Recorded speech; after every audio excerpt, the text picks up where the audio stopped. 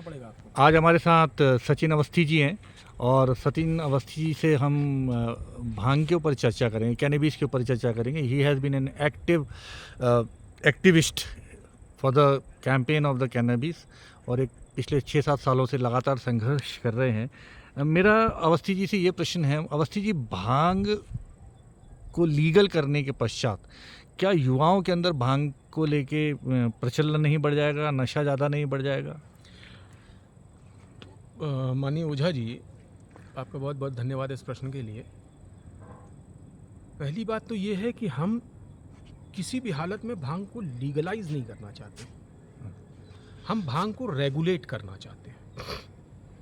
Regulate करने से ये वैसा ही हो जाएगा जैसे हमारे यहाँ तंबाकू की फसल होती है, या हमारे यहाँ शराब का उत्पादन होता है, या अफीम का उत्पादन होता है। अब विषय ये है कि भांग वाइल्ड में इतनी लगी हुई है कि किसी आदमी को आपके प्रोटेक्टेड एरिया में घुसने की ज़रूरत नहीं है नशा बढ़ाने के लिए। दूसरी बात यह है कि सरकार एक नियम तय करती है कि इतनी ज़मीन पे कम से कम इतनी फसल उगेगी, और उतनी फसल अगर नहीं उगेगी तो अगली बार से आपको लाइसेंस नहीं मिलेगा।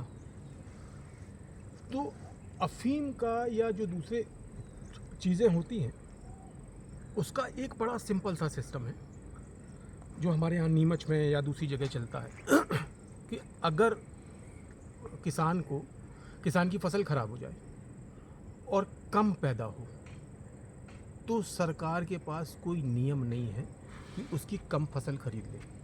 सरकार बोलती है कि कम से कम जितनी फसल हुई है उतनी तो आपको देना ही है। तो आदमी क्या करता है कि बाहर से कहीं से, जब उसके पास फसल कम होती है तो वो बाहर से कहीं से लाके उसको एडजस्ट करता है।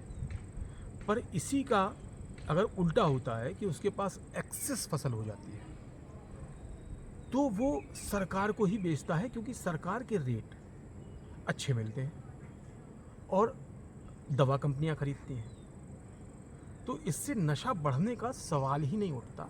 सबसे बड़ी बात यह है कि अगर आप इसको रेगुलेट करते हो तो ना इससे नशा बढ़ेगा ना इससे नशा कम होगा।